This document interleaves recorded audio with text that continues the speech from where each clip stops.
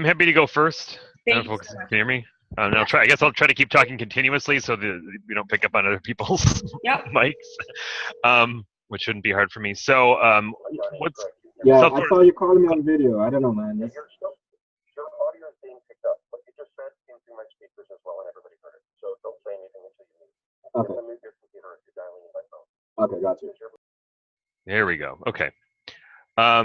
So, what's South Florida's climate change narrative to me? I think the narrative is it's here. We're already experiencing it. We need to be prepared, and there's action we can take not only to prepare but to make the ultimate impacts less severe than they might otherwise be. What do we have access to in terms of data and resources? My division, we have tons of GIS data. We, of course, are part of the compact, so we have a lot of the sea level rise projection data, vulnerability analysis. I'm probably not the correct person actually to ask about this. Sam would probably be better. We're working with the Army Corps right now on a project looking at coastal resilience with the potential of coming up with some guidelines about how high seawalls should be raised to protect somewhat against sea level rise, and a host of other modeling kinds of projects.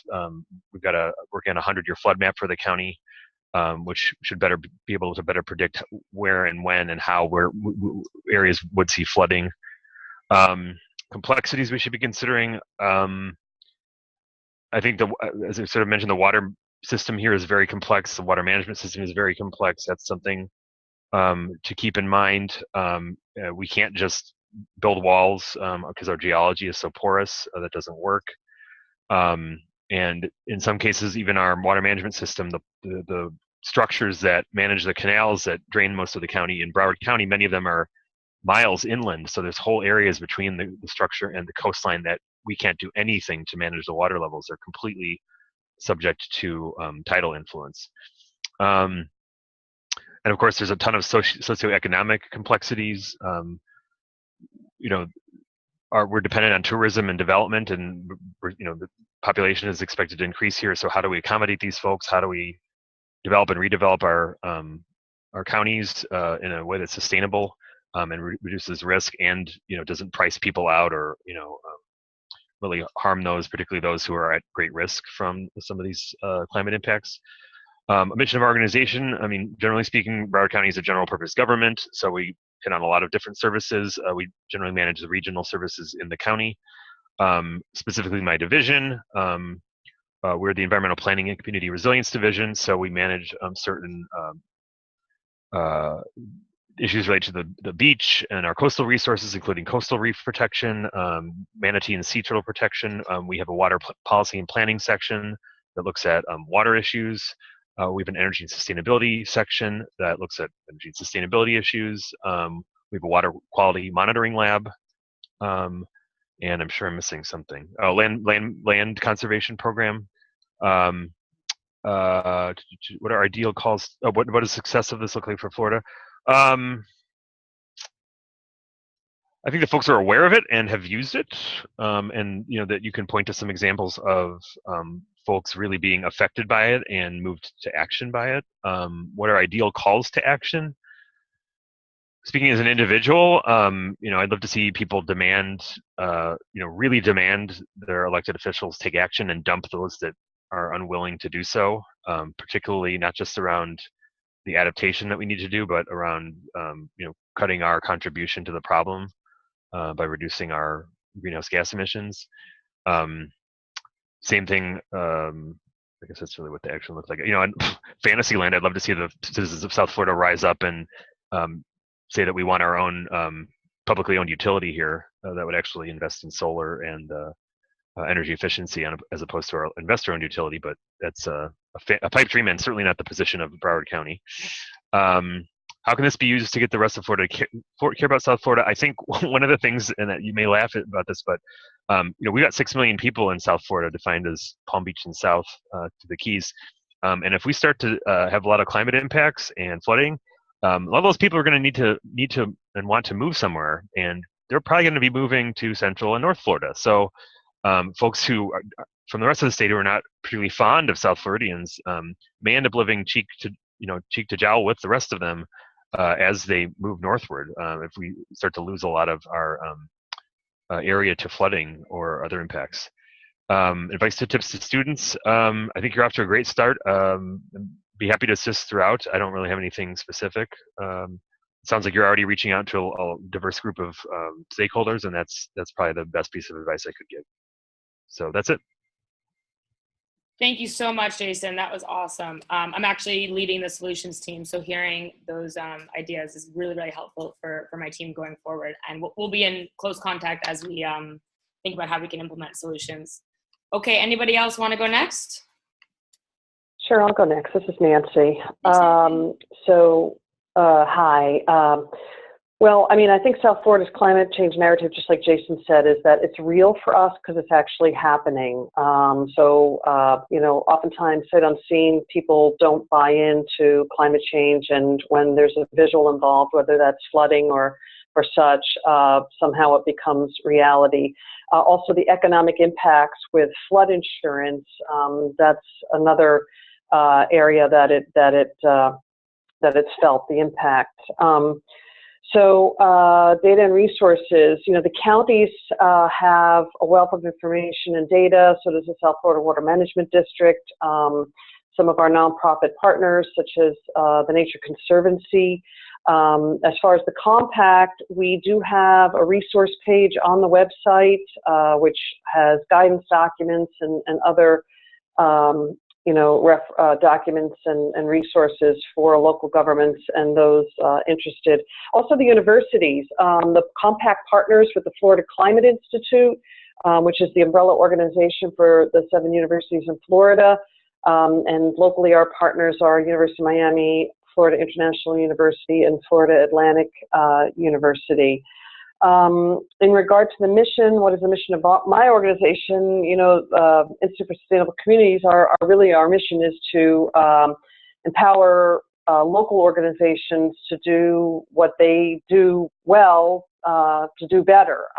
You know, the work that we do down here obviously is working with the Southeast Florida Regional Climate Change Compact, and you know, we help facilitate the progress for the compact. And the mission of the compact is really about moving Southeast Florida, the entire region, the 4 counties, and the 108 municipalities in the direction of both climate change mitigation and necessary adaptation. In regard to success, you know, we do have a e-newsletter that comes out quarterly. We do list some of the actions taken and successes in the region there. We just posted on the website some back issues of the Compact Currents, which is the name of the newsletter. So there's some information there to be had. You know, success in the region is that we just did also the 2nd municipal survey of municipalities that have implemented the 110 recommendations, and the score has increased from 2 years ago when we did the original municipal survey. But I think the success also is that, you know, a few years ago, this wasn't part of the day-to-day conversation of local residents, and it has become conversation. I have friends that ask me about sea level rise and insurance. I have friends in the Northeast that are retirement age that are asking me, is Florida safe to invest in, to move to when they retire? So it really has become topical, and I think success is going to be measured by actions that everyday people take. In regard to solutions, you know, I'm not sure if there's an absolute solution. We can only come up with incremental solutions to the challenges that we face today and in the next several decades, and we can plan for that. I would like to see local residents and businesses really get up to speed on what the realities of climate change are in our region, and they can prepare for that. You know, I'd like to see local governments have readily available for home buyers and business owners, you know, what their elevation is, what their water table levels are, what flood zone they're in, so they can make really good fact-based decisions for buying businesses and homes. Let's see. And then also, too, the more educated local residents are, the more they can support city staff and electeds in the tough decisions that they're going to be making. I think part of the success down in Miami Beach is that they have a program, Miami Beach Rising Above, where they have signage, they have information on their website, and they're communicating and transparent with their residents on the tough and expensive strategies they have to implement in regard to sea level rise. So let's see. So how can you all help with the work in Florida? I think really younger people's understanding of social media would be a significant help.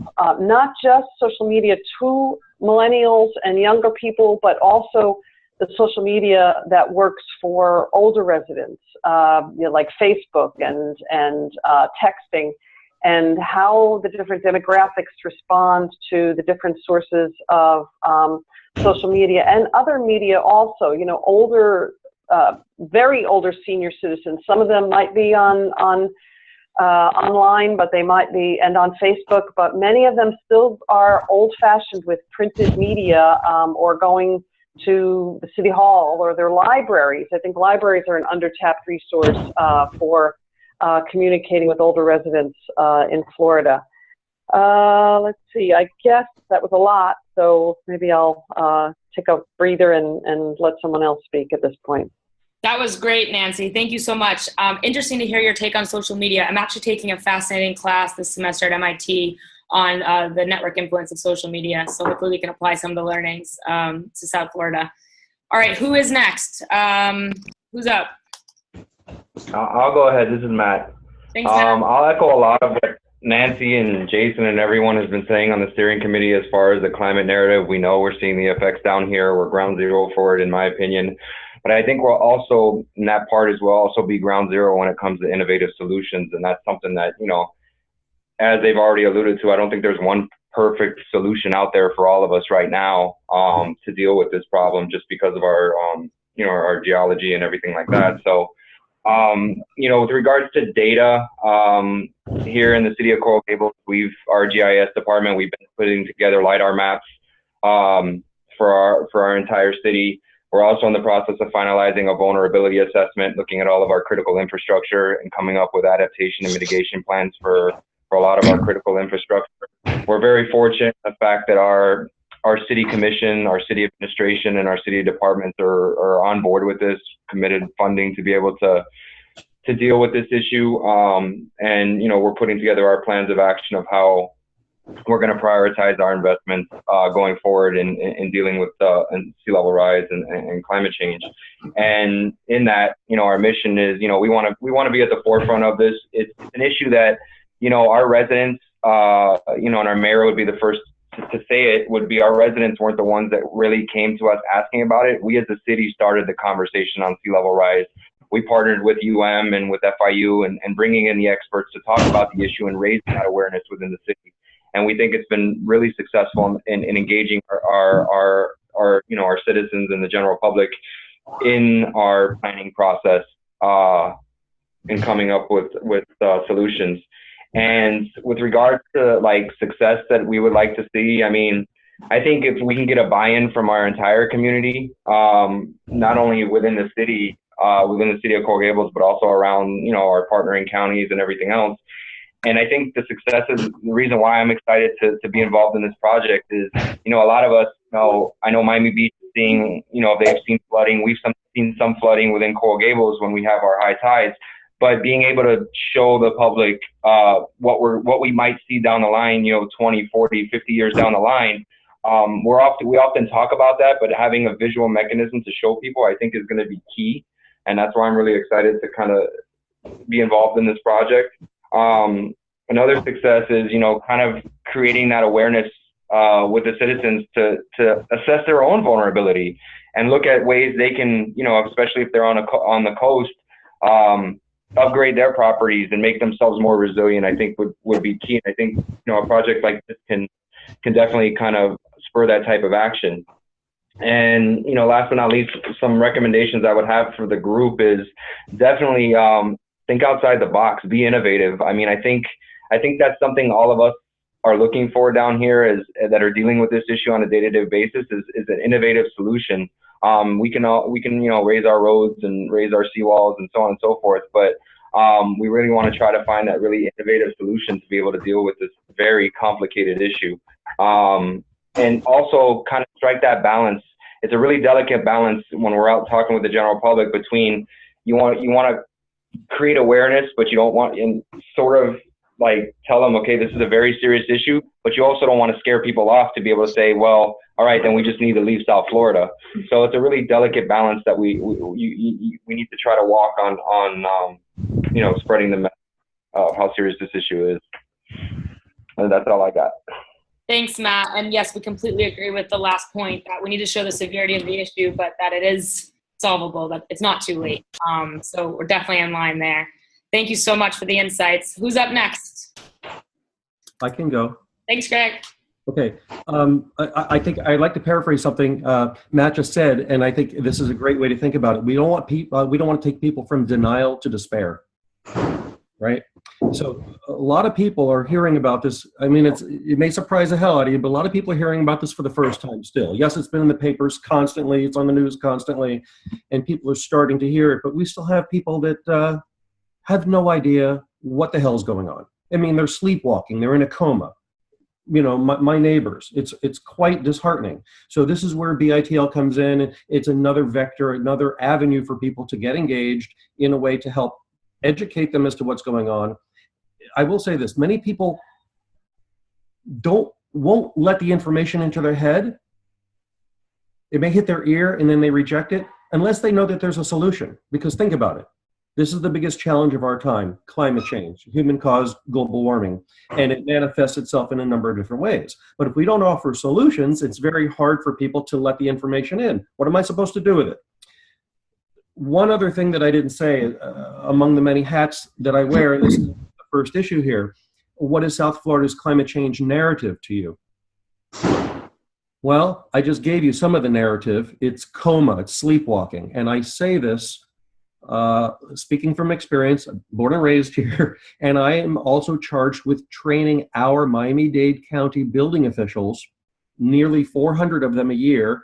It's roughly 4 classes of roughly 100 people at a time. These are the people charged with maintaining the health and safety of our built environment. We're talking about building inspectors, plans examiners, code compliance officers.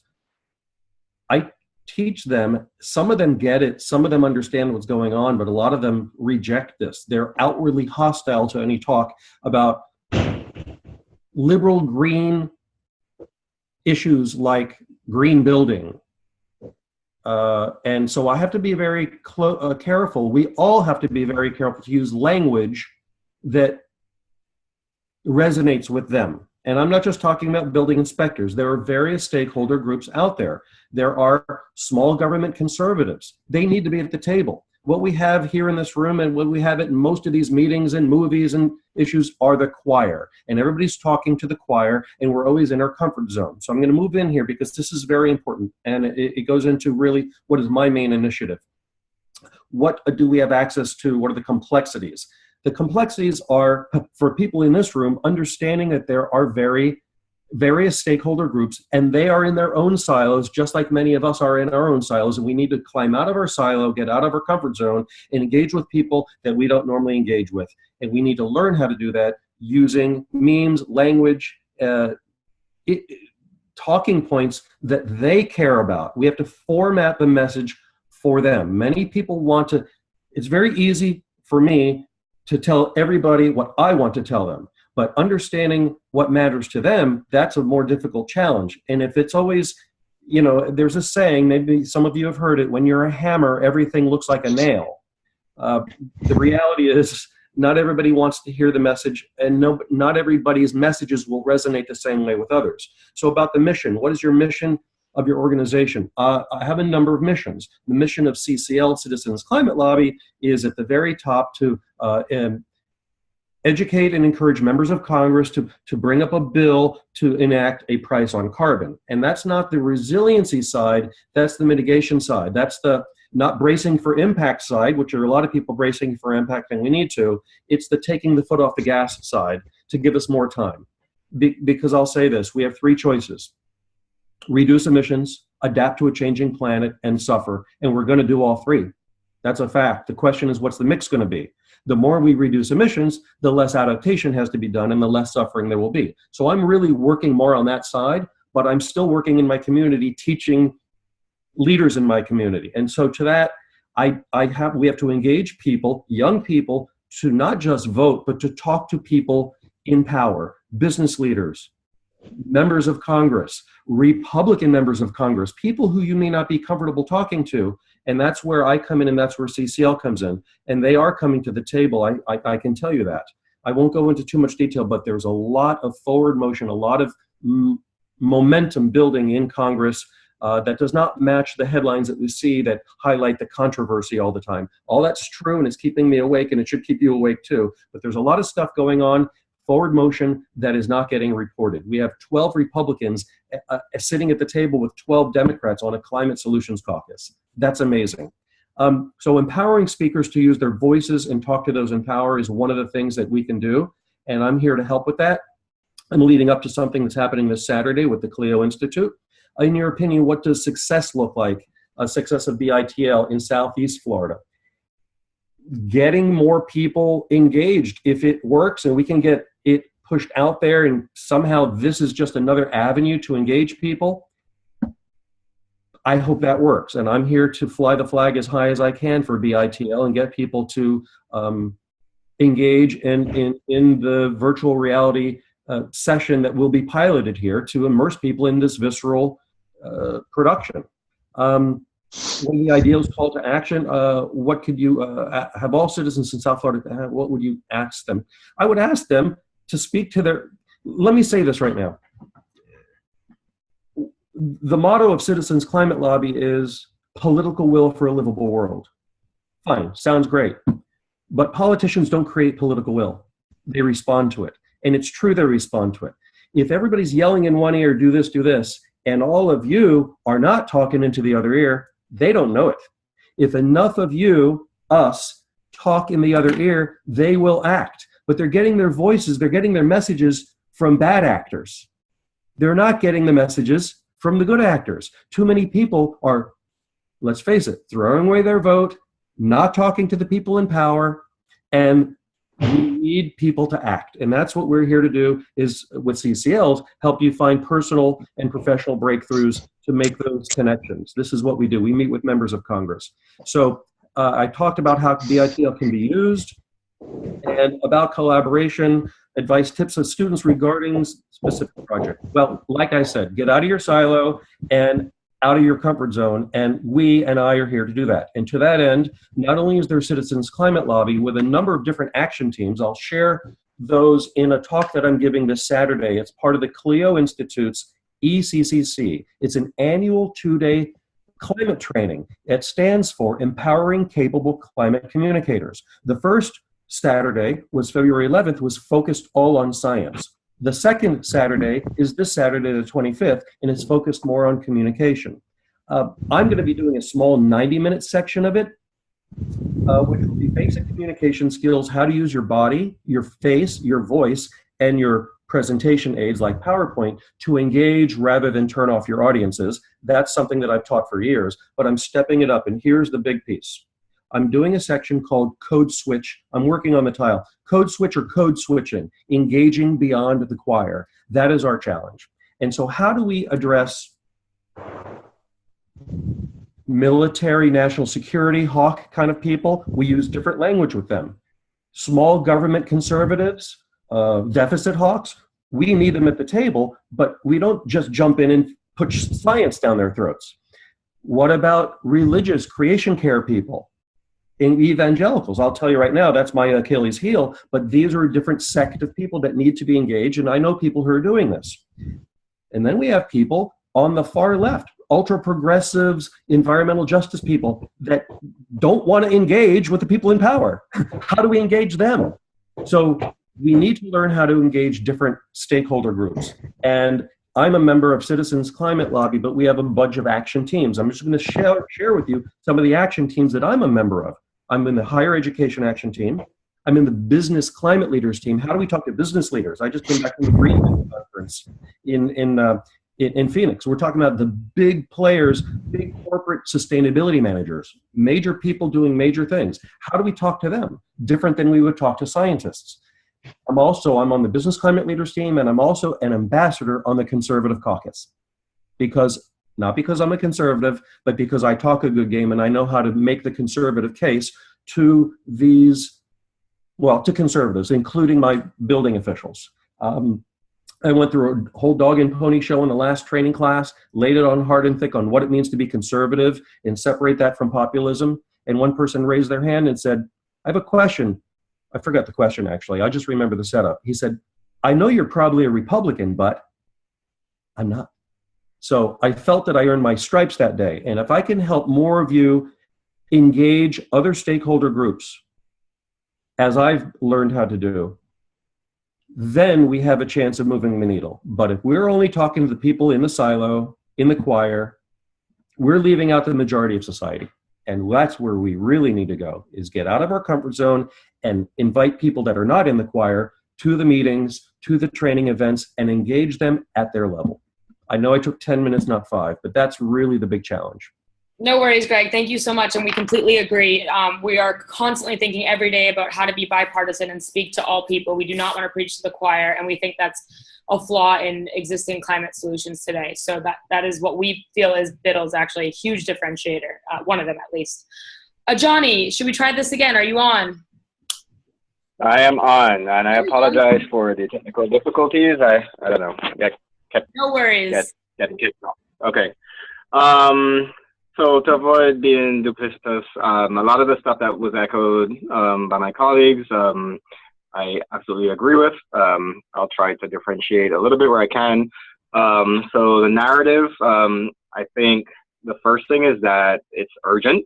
I think Nancy had said it, that, in other places it's a theory, but here in South Florida, Greater Miami, it is happening now, and people are starting to realize it and impacting their lives as they go about their business. Continuing with the narrative, I think that it's also a human story, a socioeconomic human story, and I think that gets kind of lost in the shuffle.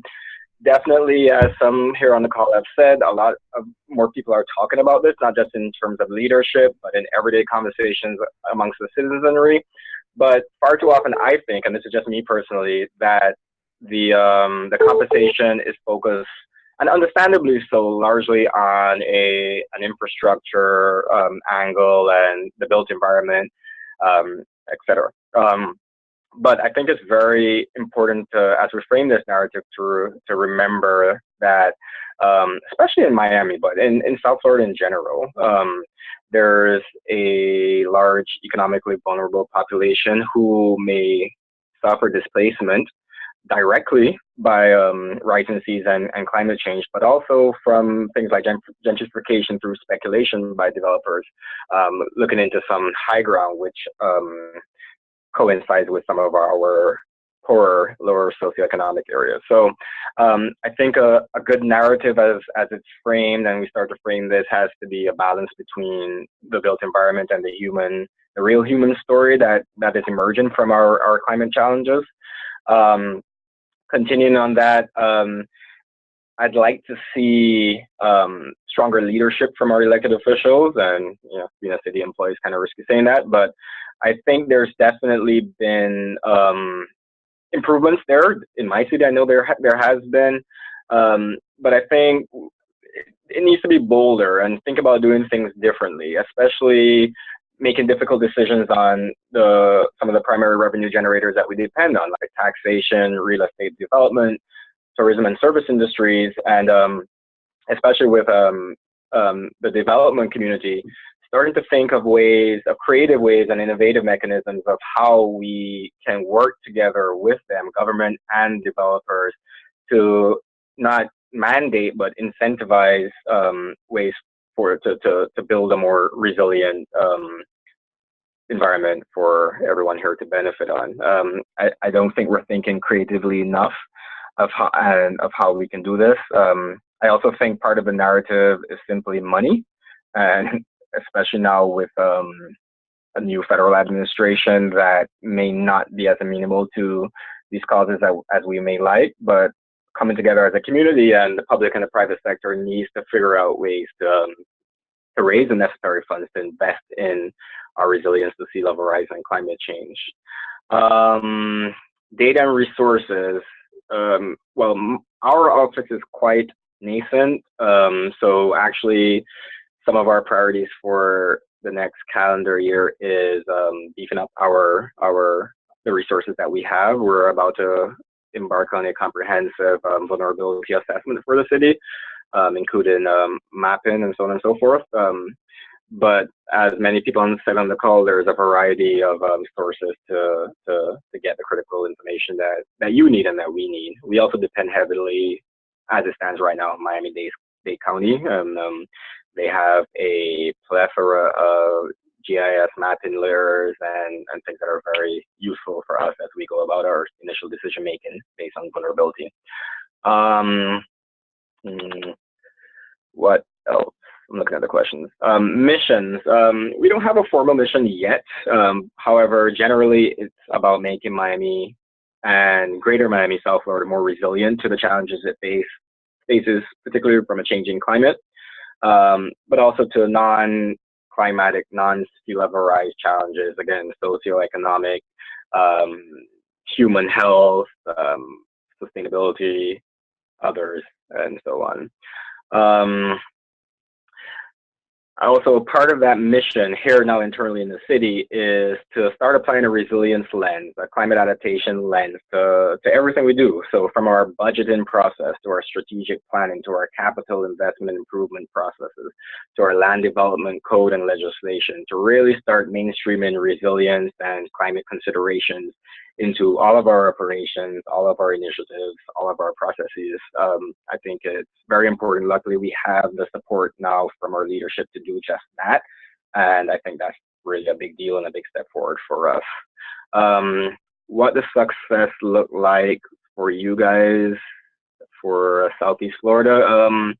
Honestly, I think it has the kind of success to me looks like really getting people to embrace that we're going to have to learn to live with water, and not being scared by it, and also seeing that yes, some of this is inevitable and baked in already, and solutions are difficult and hard to come by.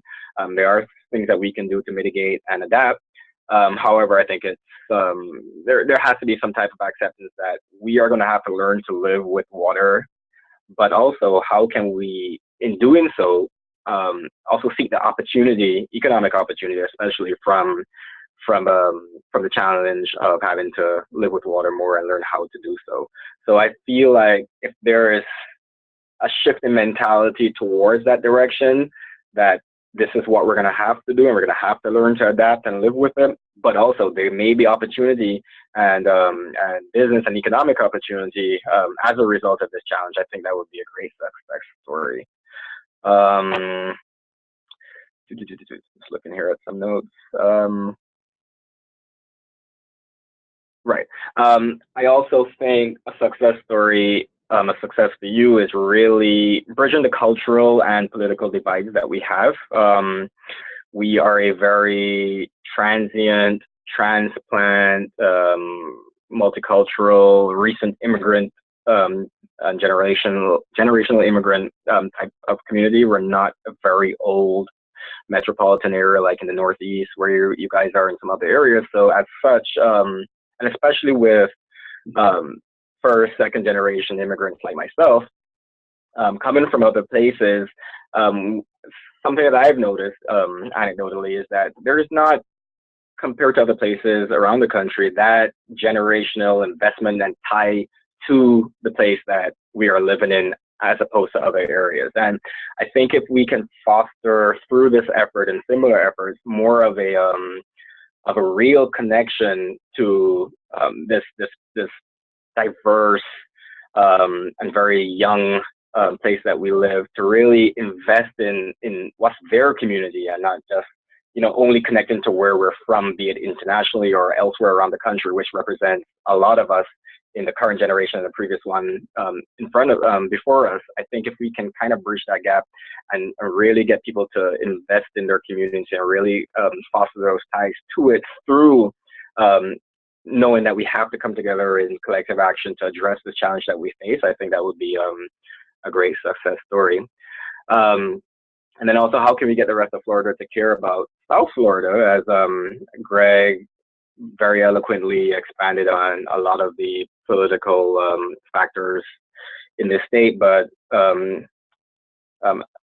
adding to that, and I'm sure you're aware of this, we are probably as purple a state as it comes, very, very divided and sharply divided even geographically along the I-4 corridor, the Orlando-Tampa area, above which generally is, north of that is a very different political spectrum than south of that.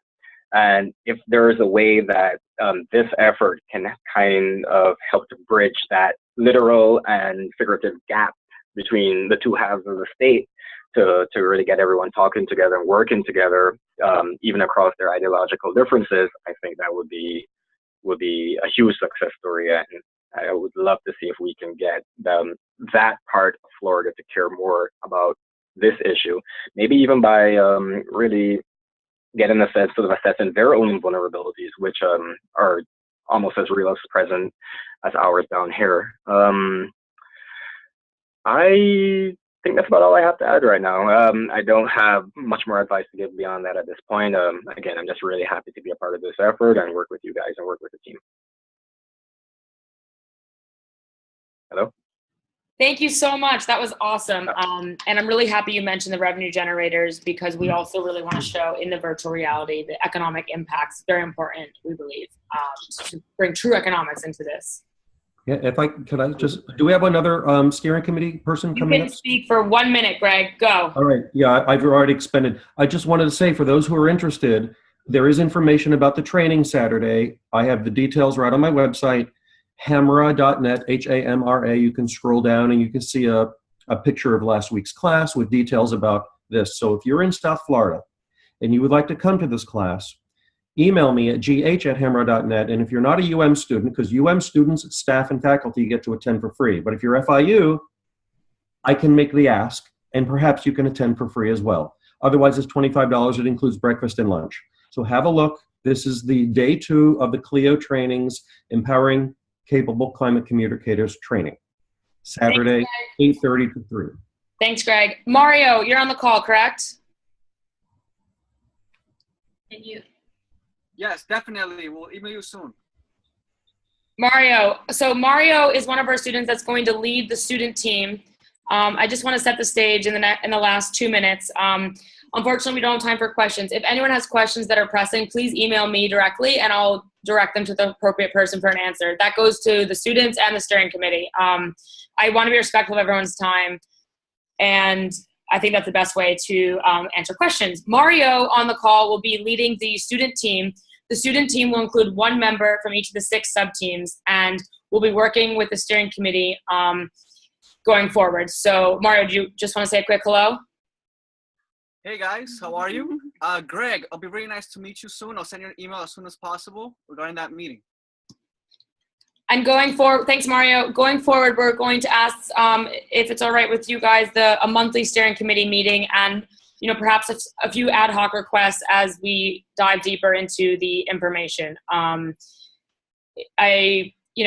If you have specific ways in which you wish us to work with you, please let us know, and we'll be quite respectful of the best ways to communicate and be very respectful of your time. We're so grateful for your help, and honestly, without every single person on this call, we wouldn't be able to actually make real change in Florida.